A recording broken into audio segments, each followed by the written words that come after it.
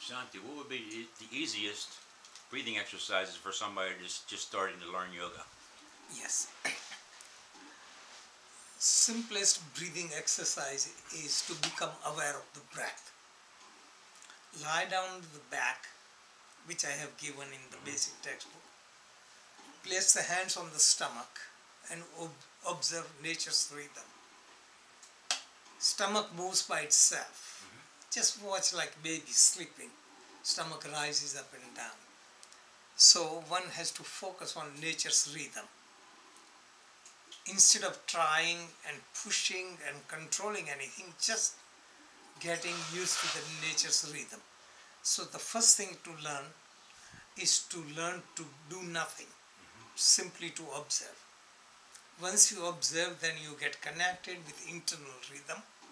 So tune into the rhythm and improve your breathing in the rhythm. When stomach rises, diaphragm drops, lungs expand. This is when you breathe in. So if you exaggerate the stomach, then you can fill up the lungs more thoroughly. When stomach goes down, pushes the diaphragm up, squeezes the lungs, let it go further in, you push it out. Maintain the rhythm, maintain awareness, then one can master this. Then after this basic control, then one can control the lungs and apply different technique. For a purpose of relaxation and meditation, one can observe the breath. Don't have to do any breathing. Breathing has special benefits, but just for relaxation, one doesn't need to do any breathing. Simply be quiet, be comfortable, drop the world, drop the attachment to the world, observe the breath, let go of all the controls. Just by watching and being aware of the breath, it will slow down. It will slow down and it will become rhythmic, so mind will relax. This is extremely simple thing. This is why I put on Facebook, breath is a gift of life. Utilize it. Because people spend so much money for food and healthy food. Also we have to spend money for clean water also, to filter, but air still is free. So we should utilize it. Yeah. Know the relative value. If you eat healthy food, but if you don't breathe correctly, you don't have enough oxygen in your system, then food won't be metabolizing properly. If your mind is tense because you don't get enough oxygen give enough oxygen to the brain, because of tension, digestive system also become tense. Your digestion will become poor. So imagine, breathing nourishes the body, nourishes the heart, nourishes the lungs, nourishes the tissues, especially brain and nervous system. So after learning the basic technique, then one can improve lung capacity, and there are many varieties of breathing. For beginner, they should learn the basic control, then study from a teacher and systematically. I come across so many yoga teachers. They have training, 200-hour training, 500 training, but they don't know what they are teaching. They don't know what breathing is about. They don't know how many yogas are there. The purpose of yoga, history of yoga. If you don't know the essence of what you are doing, there is no power. You get tired, you get bored if you don't know what you are doing. If you are going somewhere and you don't know when you will get there, you will be discouraged. But you see the milestone, like, number 35, number 36, it gives you little encouragement. If you know what you are doing, it gives you encouragement. But if you don't know, and so many yoga teachers say, yeah, the question you asked, I know I studied, but I forgot.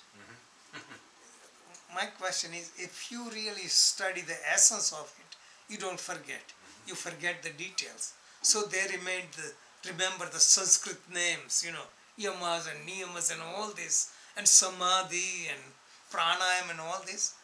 He said, don't worry, you don't have to remember those Sanskrit terms. You have to understand the essence. And basic essence, I tell them to understand this diagram. Then you understand yoga. Understand consciousness, intellect, mind and emotions, senses, body and the world. Just understand world is outside of us, body is closest to us, but body is the grossest. Subtler than body is the energy, that is where breath comes in. Subtler than breath is the mind. Subtler than mind is intellect. Subtler than intellect is consciousness. And this consciousness is closest to supreme consciousness. That means God consciousness. So the goal of yoga is to reach inward.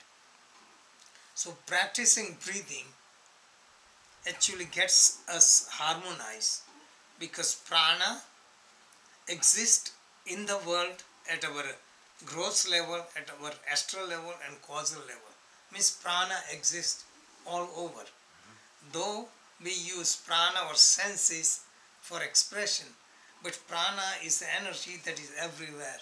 So you need prana to integrate your body, mind and consciousness. Thank you, Shanti. Yes. Any other thing anyone has in mind? Then you know all the advanced breathing, you should do advanced breathing. But fundamental thing is awareness, getting to know. I notice when you're upset, your breathing is off, and if you're attached to something, I can't breathe deep. That's right. I feel. So I explain in this book, original book in 76, all the mechanism of yoga. You have to know the lungs, how are they made, where diaphragm is, what is happening. So when I wrote the book in 76, even after teaching for 10 years, I studied all this and put it together so that yogic breathing is understood more clearly and scientifically.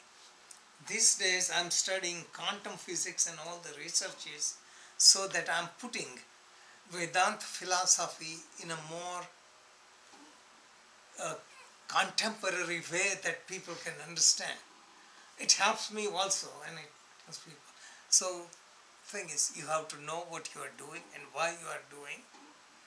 Otherwise you do mechanically, anything you do mechanically, you get tired, you give up. You cannot force yourself unless you have love or understanding for what you are doing. It could be meditation, it could be business, it could be your job. If you don't understand it, you don't have love for it, you get tired, you don't succeed.